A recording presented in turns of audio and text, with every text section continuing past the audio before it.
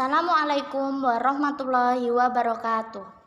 Bagaimana kabarnya anak-anak? Semoga kita semua dalam keadaan sehat walafiat. Perkenalkan, nama saya Cikal Damayanti Karimah NM.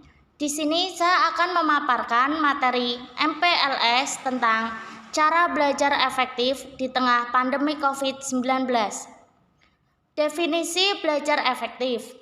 Belajar yang efektif adalah proses belajar mengajar yang berhasil, guna, dan proses pembelajaran itu mampu memberikan pemahaman, kecerdasan, ketekunan, kesempatan, dan mutu atau kualitas yang lebih baik, serta dapat memberikan perubahan perilaku dan dapat diaplikasikan atau diterapkan dalam kehidupan sehari-hari, sehingga hasil dari pembelajaran itu akan dapat menghasilkan sumber daya bagi manusia yang unggul. Selain itu, di sini ada beberapa tips belajar yang baik dan benar. Di antaranya, belajar kelompok. Belajar kelompok dapat menjadi kegiatan belajar menjadi lebih menyenangkan karena ditemani oleh teman dan berada di rumah sendiri sehingga dapat lebih santai. Selanjutnya, rajin membuat catatan intisari pelajaran. Bagian-bagian penting dari pelajaran sebaiknya dicatat di kertas atau buku kecil yang dapat dibawa kemana-mana, sehingga dapat dibaca dimanapun kita berada. Selanjutnya, membuat perencanaan yang baik. Membuat rencana belajar dan perencanaan pencapaian nilai untuk mengetahui apakah kegiatan belajar yang kita lakukan telah maksimal atau perlu ditingkatkan.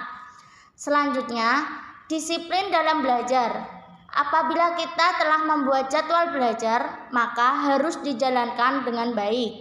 Contohnya seperti belajar tepat waktu atau serius, tidak sambil main-main dengan konsentrasi penuh.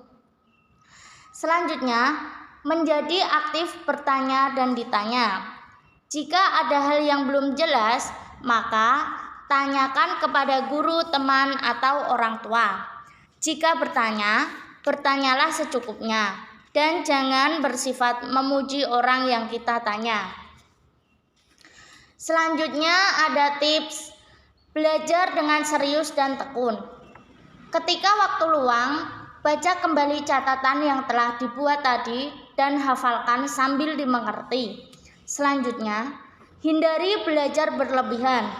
Sebaiknya ketika akan ujian, tetap tidur tepat waktu. Karena jika bergadang semalaman akan membawa dampak yang buruk bagi kesehatan, terutama bagi anak-anak. Selanjutnya, jujur dalam mengerjakan ulangan maupun ujian. Menyontek dapat membuat sifat kita curang dan pembohong.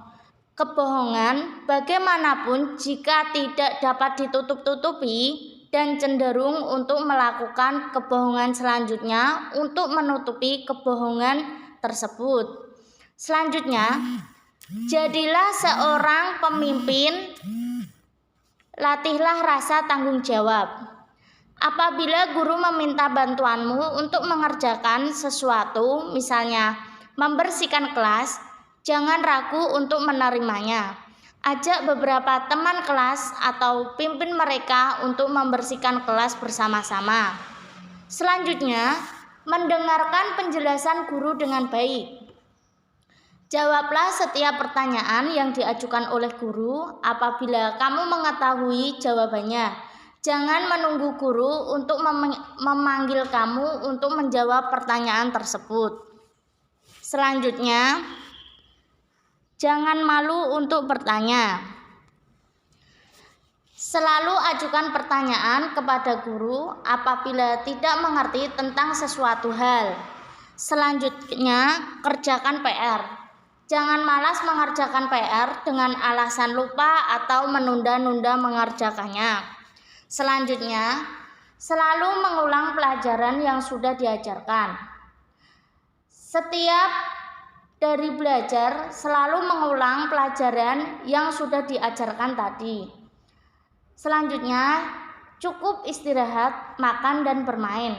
Setelah belajar seharian, tak terasa badan membutuhkan masukan energi tambahan yang bisa didapatkan dari istirahat, makan yang kita makan.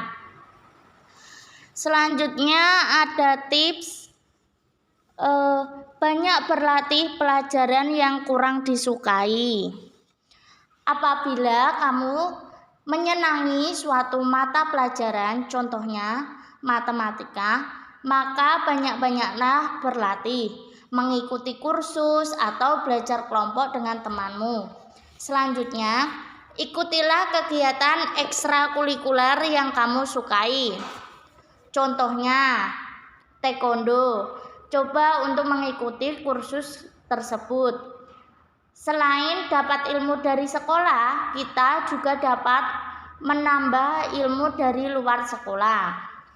Selanjutnya, cari seorang pembimbing yang baik, yaitu orang tua adalah pembimbing yang baik selain guru. Selanjutnya, jangan suka mencontek teman. Kalau mencontek, kamu bisa bodoh karena tidak berpikir sendiri. Selanjutnya, niat dengan sungguh-sungguh. Kalau belajar tidak sungguh-sungguh ataupun tidak niat, yang ada malah pikiran kita melayang kemana-mana. Oleh sebab itu, belajar yang baik dimulai dengan niat yang sungguh-sungguh. Selanjutnya, lokasi dan situasi yang kondusif. Cara yang paling efektif untuk belajar adalah mencari tempat yang nyaman dan tidak terlalu banyak gangguan agar kita bisa konsentrasi. Selanjutnya ada hindari sikap tidak jujur. Dengan belajar dengan jadwal yang teratur, seorang murid akan selalu siap jika ada ulangan mendadak atau tidak perlu menyontek.